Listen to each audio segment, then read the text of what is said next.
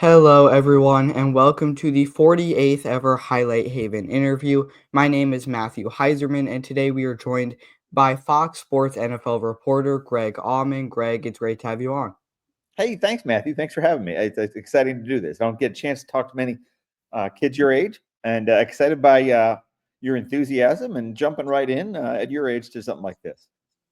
Yeah, I really appreciate that, and I really appreciate you coming on. Look forward to talking some NFL. But before we get to more specific NFL topics, I just want to start by asking when you first knew that you wanted to work in the sports industry. Oh, it's a good question. Probably about your age. I like sports cards a lot growing up. Worked Yeah. in a sports card store on the weekends. Collected baseball, football cards a ton, and probably started there. And then wrote for my high school paper. Went to college and knew I wanted to write. Worked a little for the local paper where I went to high school. So no, it's about your age. I probably knew I wanted to do something in sports and wanted to write. So yeah, about that time. Yeah, I love to hear that. And of course, you began writing for Sports Illustrated from 1997 to 1999 before spending 19 years with the Tampa Bay Times. After that, you covered the Buccaneers for The Athletic. And obviously, you joined Fox Sports in November of 2022, where you currently cover the NFC South. How would you describe the journey that you've taken to get to where you are today? Yeah, it's been fun. I've been here in Tampa since '99, so it's really cool. I've been, like you said, been at the Times for a long time. It's really hard in this business to sometimes get a better job and not have to move. So it was really cool twice to be able to leave and get better jobs and not have to uproot my family, not have to move to a different city or a different state. Let my kids stay where they know home to be. But no, it's been good. I did, before I covered the NFL, I covered colleges for 9 years, covered high schools 5 years before that. So no, it's one of those where some of those newspaper jobs I had don't exist anymore. So I feel bad, but certainly look back with fond memories and all my stops. Yeah, absolutely. And, free agency has been very hectic recently. There's a lot to talk about regarding free agency. And, on Monday, the Tampa Bay Buccaneers re signed Chris Godwin to a 3 year, $66 million deal. Is that an appropriate contract? Obviously, Godwin is a 29-year-old. He's coming off a season ending injury. Is that the kind of contract you expected him to get? I really think so. Yeah, there were a couple different things that went into it. Obviously, his injury kind of complicates the math of Yeah. what he might get on the open market if he were just unmitigated success. I mean, before he got hurt, he was one of the best Mhm. receivers in the NFL last year. So had he stayed healthy, he might have commanded more and had more, unabated interest from teams across the league. But for me, it was the numbers that were important for that were that his previous deal was 3 years and 60 million, so 20 million a year. And I kind of felt like they would want to go a little bigger than that. And then Mike Evans, also a receiver for the Bucks, he was getting about $21 million a year. So I felt like they wanted to get a little bit bigger than that, but not so much that Mike Evans would feel slighted, or not so much that it'd be hard to do the next deal with Mike Evans. Kind of like they can both kind of just keep stacking above each other. That's about what I thought he would get. Mhm. Yeah, now you mentioned Mike Evans. Obviously, Mike Evans is a little bit older as well. He's 31 years old, and he's going to need to be re-signed soon. What are you expecting that contract to look like between Evans? Because obviously he's going to get a lot more money than he did last time, just because the market value's gone up, first of all. And then also Mike Evans has looked extremely solid recently, one of the best receivers in the NFL last year. Yeah, I don't know that it's a crazy amount more than what he's getting now. There's definitely more money he could get if he wanted to go somewhere else. I think he likes being in Tampa. He's played his entire career here in Tampa. You think about all the great receivers that came into the league in 2014 with Mike Evans, and almost all of them have just bounced around everywhere. Guys like Brandon Cooks, Sammy Watkins, even Devontae Adams now is on at least what, team 3, headed to team 4, I guess. Yeah. So I think what makes Mike stand out and what makes him really unusual among today's receivers is that he's had his whole run with one team, and I think that means a lot to him. So I think the Bucks want to make sure they give him money that makes him feel respected and valued, but he doesn't need to break the bank. He's made more money than any player in Buccaneers history. I think he'll have this coming year under contract, and then I think he probably just goes to 1 year contracts. And honestly, if he feels like he's got another year in him, he knows that they want him here in Tampa. He knows where he's loved and adored and respected and admired, where he's probably going to go into the Hall of Fame with at some point. So I think from here, it's probably just 1 year deals. And at that point, honestly, when you get to a certain age, I think you're happy to get what you made last year, because as much as the position values go up, with age, it's harder to keep doing the same thing. Mike's done an amazing job of being as steady and as consistent as it's been throughout his career. But I think that 20-22 million range is probably where he's going to settle into. Yeah, and I mean, obviously, Evans has had over 1,000 receiving yards every year of his career. We haven't seen that decline yet. We'll have to see if it comes in future years. But switching over to the defensive side of the ball, the Buccaneers also signed Hassan Reddick to a 1 year, $14 million contract. Reddick obviously started just 2 games last season with the New York Jets due to a contract dispute. What are your expectations for him in 2025? Kind of intrigued to see. Obviously, I actually get to write about Hassan Reddick 2 years ago when the Eagles were in the Super Bowl. I covered that game in Arizona, and one of the stories I wrote in the days leading up to it was Hassan Reddick because he had such a great year. I think he had 16 Yeah. sacks, had 5 forced fumbles that year. Really kind of had an outside shot at like MVP, defensive MVP type honors. And wrote about how for Hassan Reddick, he had I think at that point it was double-digit sacks 4 years in a row with 4 different teams, which had never been done before. Usually, if you're that good, somebody wants to keep you around. So he's kind of had this journeyman type thing, but also been really productive. I mean, 20 to 23, he has more sacks than anybody in the NFL. I think it's like 50.5 sacks over 4 years. So the Bucs have been really looking for an outside pass rusher, somebody like a Hassan Reddick, a 15 sack guy. They had JPP when they won the Super Bowl. They had Shaq Barrett when they won the Super Bowl. Those are guys that were definitely capable of those seasons, but really haven't had that since then. They have a young guy named Yaya Diaby they like a lot and really think can be that guy. But I think it helps to have two of them, to have one on both sides. They actually had a decent amount of sacks last year, but a lot of them came from linebackers and defensive tackles and kind of unconventional sacks, if you will. So I think Todd Bowles wanted to make it a priority to try and get better pressure with just rushing forward, to not have to blitz. I think he likes to blitz, but to not have to blitz as much as they did this past season. So to that end, like you said, Reddick had a bad year last year. I mean, Reddick held out when he came back, didn't necessarily look like he was his old self. So you have 2 sacks all season. So I think what they're paying for and what they're hoping to get is 2023 Hassan Reddick. If not 2022, if they get 22 Reddick, everyone's going to be very happy in Tampa. I think they just want to see him get back to being a reliable guy to get not only sacks, but sacks with fumbles as well. Mhm. Yeah, and sticking on the defensive side of the ball, Tampa Bay re-signed Levante David to a 1 year, $10 million contract. This is going to be David's 14th season with the Buccaneers. He's 35 years old. What do you think the future holds for him following this season? Yeah, I don't know. He's another year-to-year guy. It's neat to talk to you and think about Levante's career is pretty much your entire lifetime. And again, it's all in one place. He's a Tampa Bay lifer. Hard to imagine him in another uniform. So he and Mike Evans both are just absolutely adored here in Tampa, revered, respected, loved. They'll be in the Ring of Honor. Levante's going to have a shot at going to the Hall of Fame someday. If he can just get tackles for loss to kind of be a stat that people like, he's amazingly good at that for a guy that isn't an edge rusher, that isn't a pass rusher full time. So no, Levante, basically I thought it was coming down to whether he returns or retires. At his age, he's kind of earned the right to go on his own. I thought he played better in 2024 than he did in 2023.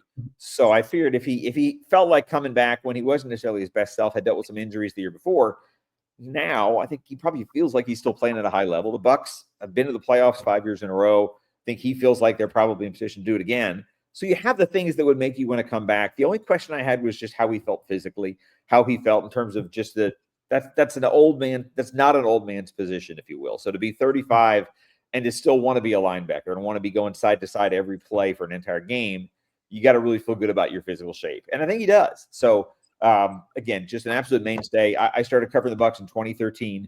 Have been here for pretty much his whole run. And it's neat to think that he's been the same guy. He's been the exact same force and leader and captain on this defense as long as I've been covering the team. So neat to see him back. I know fans are really happy. There will be a day eventually when Levante David is not patrolling the middle of the field for the Bucs defense, but not this year.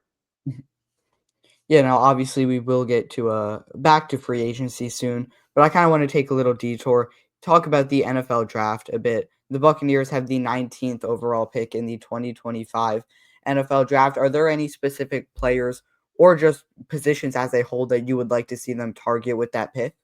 Yeah, it's not so much that I'd like to see. I just kind of expect to see. I really think Yeah. they'll lean on their defense for that top pick. You'll see some mock drafts, at least for a while. You saw mock drafts that might have him going receiver at 19. And I think some of that was guarding against the idea that Chris Godwin could leave. And if he did, that would certainly create a bigger opening for a receiver. But I expect him to go on defense. Like we said, getting Hassan Reddick, bringing him in probably makes edge a little bit less of a need. Um, there's really good edges at the top of this class, and they're sitting at number 19, where it's probably they're going to be at least 4 edges off the board when they pick, maybe 5. So it wouldn't surprise me at all if they went linebacker. They need somebody next to Levante David, and very soon they need somebody to replace Levante David. So I think you want to do that. You don't see a lot of linebackers or inside linebackers taken in the top 20 of the draft, but I think it's a need for them. A guy like Jahad Campbell from Alabama would make a lot of sense for him there. They could go corner. It wouldn't surprise me. People are kind of iffy on whether Jamel Dean is who they need to have. They really feel good about Zion McCollum, their young corner on the other side.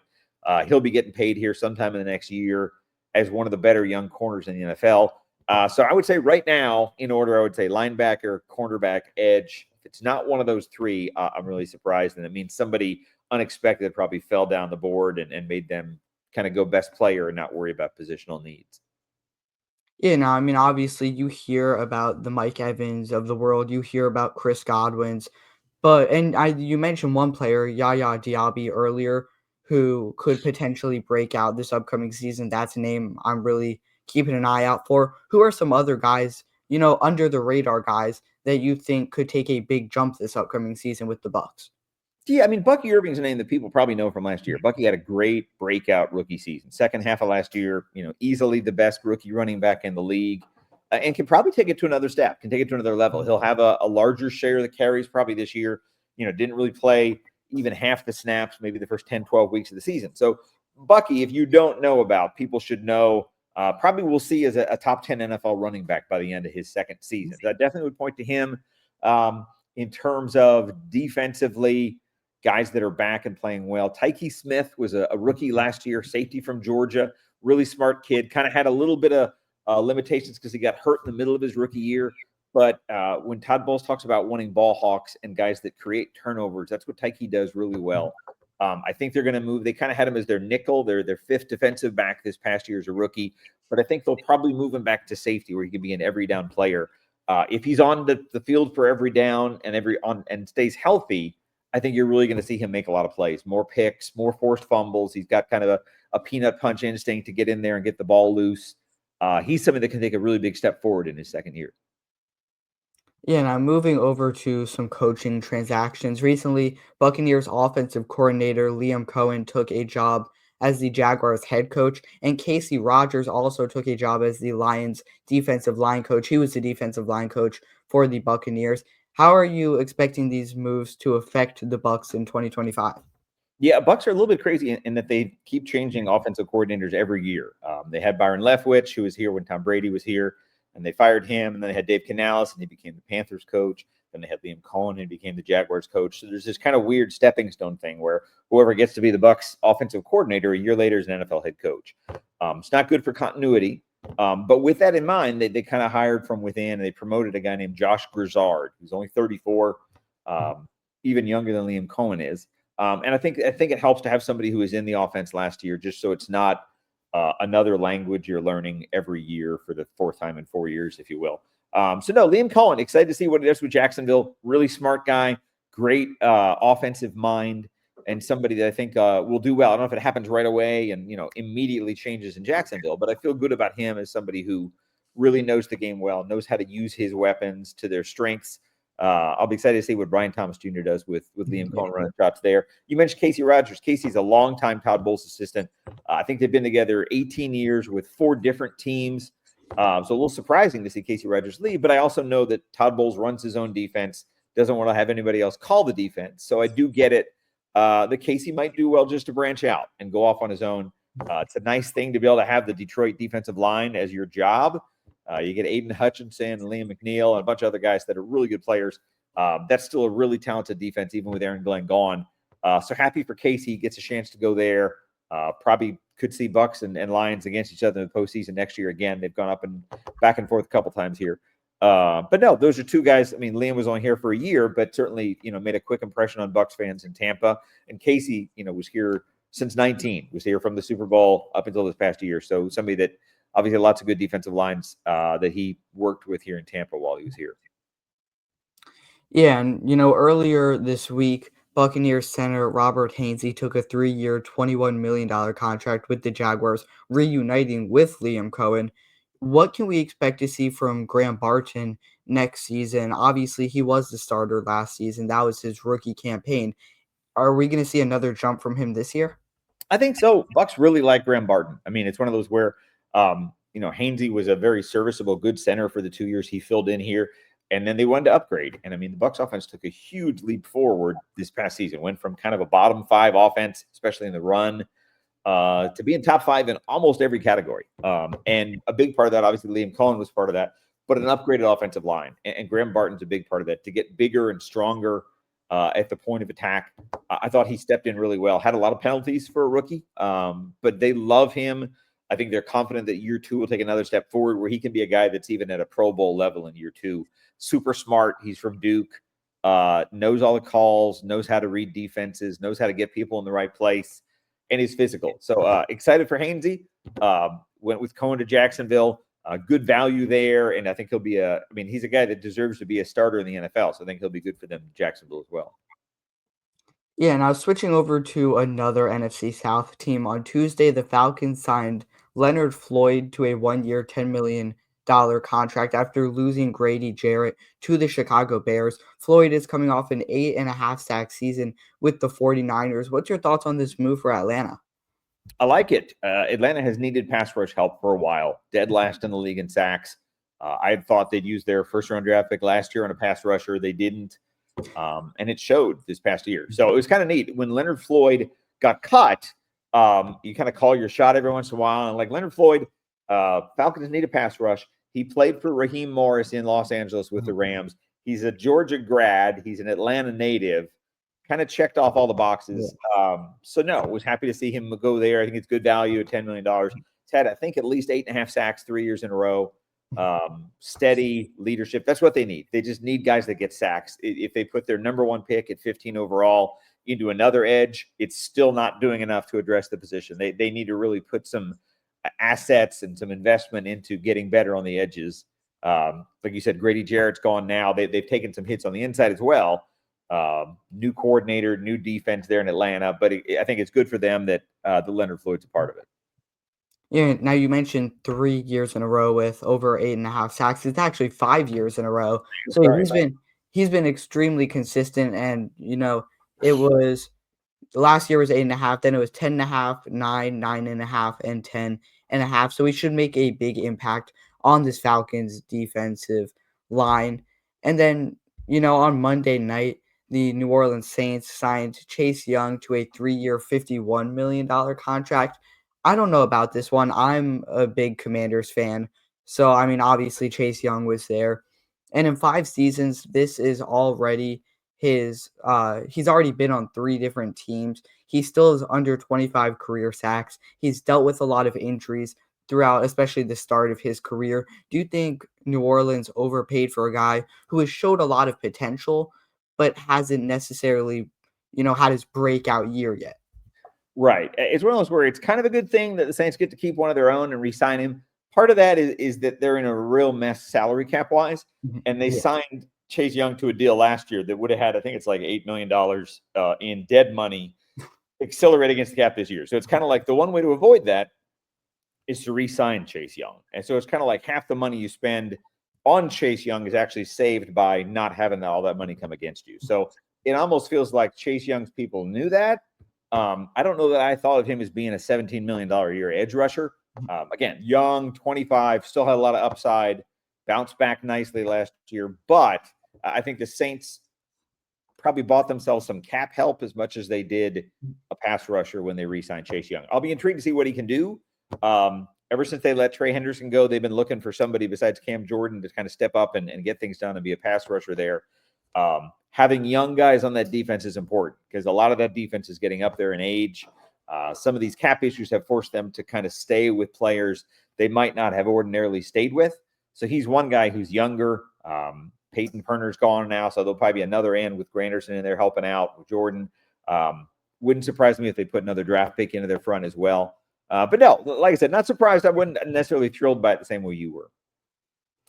Yeah, now I know obviously the season is still many months away, But if you had to make an early prediction as to who's going to win the NFC South this year, I know you'd be one of the best people to ask this question. Who do you have? Probably the Bucks right now, I guess. Mhm. Atlanta's been kind of hamstrung by this Kirk Cousins deal where they haven't had quite as much cap flexibility to go out and address their big needs. Saints have probably done more than I expected, but I mean, they were last in the division. It's hard to really take them too seriously. Hard to see Carolina taking another huge step forward. That'd be really impressive if they're competing. So right now, I don't know that the Bucks are hugely better than they were in 2024, but they feel like a team that, especially if they have a little better injury luck than they had last year, if Josh Grizzard takes as the offensive coordinator, could easily be a 10-7 team again. That's probably all it takes to win the NFC South. It's still not a great division.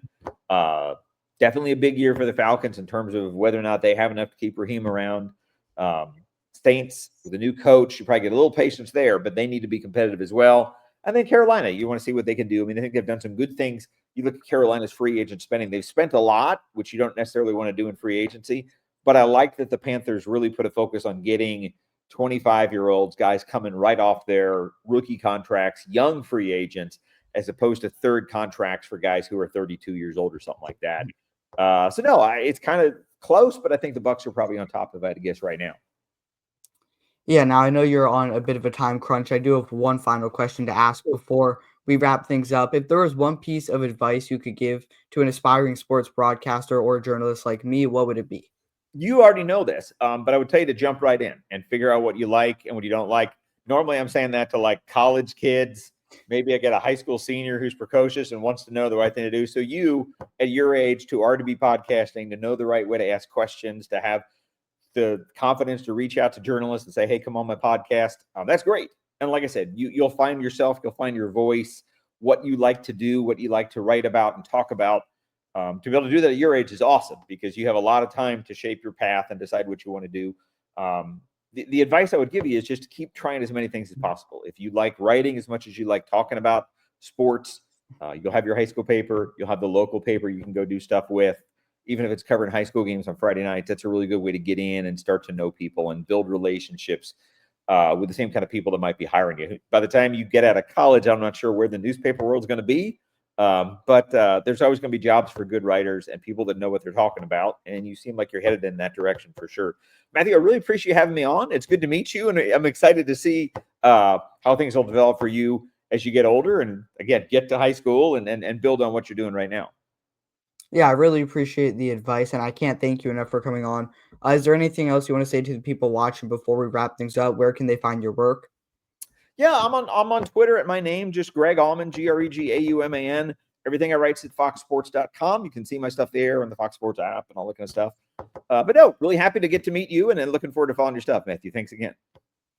Yeah, really appreciate it. Again, big thanks to Greg Allman for being the 48th ever Highlight Haven interview guest. And as always, we will see you next time.